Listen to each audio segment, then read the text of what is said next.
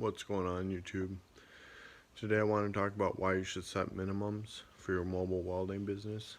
And for my minimum, it's about $100 an hour with a 2-hour minimum to even show up on the job site. And you should set minimums so you don't waste your time.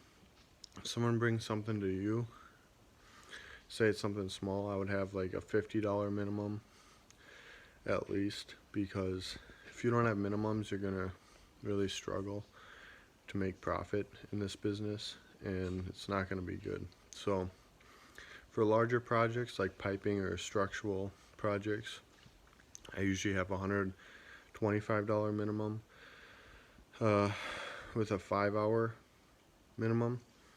So to even show up on the job, obviously I need 5 hours minimum at $125 an hour. This covers taxes, consumables, my owner's profit, and various stuff like that. You got to factor in how much you actually need to run a business, because you can do it on the side as much as you want, but you're never going to be able to make it a full-time business unless you set minimums. So I just can't, I guess, emphasize how important that is to set minimums.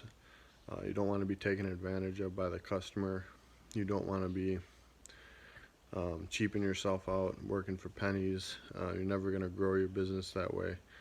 You want to be making enough money so you can pay yourself, yet grow the business. That's my opinion, and that's what I've been doing, and it's been working out pretty well for me. I'm relatively new in the welding business. I've been a pipe fitter and a welder for about 7 years now, but I recently got into the business field of mobile welding, and I love it so far. It's a big learning curve, but I've really tried to improvise and make the best of it. Thanks for watching.